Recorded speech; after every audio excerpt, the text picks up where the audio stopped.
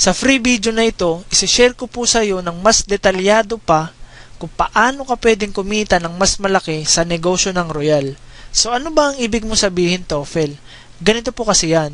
For example, may magkaibigan, si Bruno at si Bogart. Si Bruno may isang taxi lang na pangpasada. Samantalang yung kaibigan niyang si Bogart ay merong 10 taxi na pangpasada.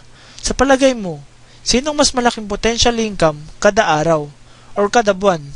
Syempre, no doubt, yung may 10 taxi, tama po ba?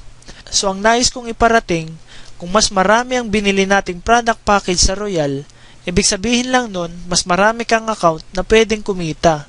At ibig sabihin lang nun, mas malaki ang potential income mo. So another example, kung magtatayo ka ng negosyo, di ba mas maliit ang kita mo kapag mas maliit ang kapital mo? At mas malaki naman ang kita mo kapag mas malaki ang kapital mo. So today po, wala tayong ibang pag-uusapan kundi paano mo pwedeng palakihin ang potential income mo katulad ng ginagawa ng halos lahat ng royalista ngayon. Ngayon, ituturo ko na sa iyo yung proper business strategy para ma-maximize mo yung potential income mo. Ituturo ko na sa iyo kung paano gawing mas malaki ang income mo sa Royal. So per account po kasi may tinatawag tayong safety net. Meaning, meron lang tayong maximum of 10 month sales bonus kada araw sa isang account. So ibig sabihin lang po nito, bawat account ay may maximum income na 21,000 bawat araw, or 147,000 per week, or 630,000 per month. So ngayon po, silipin na natin kung paanong mas malaki sa 21,000 per day ang maaari mong kitain. Ito yung ginagawa ng karamihang mga nagro-royal. Nag-aabil sila ng mas maraming package. Ito yung tinatawag na multiple accounts. Ngayon po, titignan natin yung comparison ng 1 account versus sa 7 accounts. So sa 1 account po, ang pambili ng package natin is 14,790 pesos.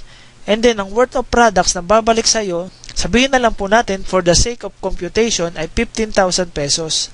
So dito pa lang po, bawing-bawi ka na. So ipangalan na lang po natin yung account sa akin.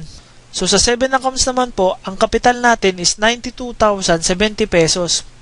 14,790 on your first account, and your succeeding accounts is 12,880 pesos. So for a total of 92,070 pesos. So ang worth of products po natin, again, for the sake of computation, 15,000 times 7 is equal to 105,000 plus. So ganito naman po yung organizational structure ng 7 accounts.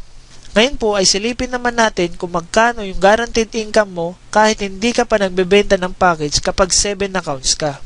So since si account number 4 and account number 5 ay nasa left and right organization respectively ni account number 2, meron po tayong kita 2,100 pesos. Account number 6 and 7 nasa left and right ni 3, so 2,1 again. Then account number 2 and 3 nasa left and right ni account number 1, another 2,1. 5 and 6, another 2,1. And 4 and 7, another 2,1, for a total of 10,500 pesos na guaranteed income mo. Note, hindi ka pa po nagbebenta ng package dito. So ngayon po, for example, ay 1 account tayo at nagbenta tayo ng 8 package sa iba't ibang tao. Ang gagawin po natin, spread out lang natin yung 8 tao na to sa ating organization. So 4 sa left, then 4 sa right. Ayan. So ang sabi po na Royal, bawat package na mabenta natin ay meron tayong referral bonus na 1,610 pesos. So times 8 po ay may kita tayong 12,880 pesos. Ang sabi din po ni Royal ay bibigyan tayo ng 2,100 month sales bonus in every 150 points sa left and right. So 4 po na month sales bonus for a total of 8,400 pesos. So meron ka pong 21,280 pesos na income kapag 1 account ka lang. So ngayon po, let's take a closer look kapag 7 accounts ka, and then same scenario po, 8 package ang nabenta mo sa iba't ibang tao. So ngayon po, i-spread out lang natin yung 8 taong ito.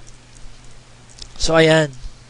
So same thing din po, meron tayong referral bonus na 1,610 pesos times 8 is equal to 12,880 pesos. Ngayon po, tingnan naman natin kung magkano yung month sales bonus niya. So since si A and B is under ng account number 4, meron tayong 2,1. C and D under account number 5, 2,1. E and F under account number 6, 2,1. GNH under account number 7, 21. So, 21 po times 4 for a total of 8,400 pesos. Tignan naman po natin kung magkano yung kikitain ni account number 2 and account number 3. So, since si BNC nasa left and right ni account number 2, another 21, AND 21, FNG 21, and ENH another 21. So, times 4 po ulit. So, meron ka ulit 8,400 pesos. Ngayon po, magkano naman yung kinita ng account number 1 ko? So, since si DNE nasa left and right ni account number 1, another 21, CNF another 21, BNG another 21, and ANH another 21. So, times 4 po ulit.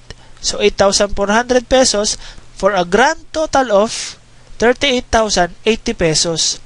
So, dito pa lang po, kitang-kita na yung malaking difference sa potential income kapag 1 account ka lang versus sa 7 accounts. So, I hope po you enjoyed watching this free video all about the power of multiple accounts. Grabe talaga ang potential income sa Royal. Sabi nga nila, if you treat Royal like a hobby, it will cost you like a hobby. But if you treat Royal like a business, and it will pay you like a business.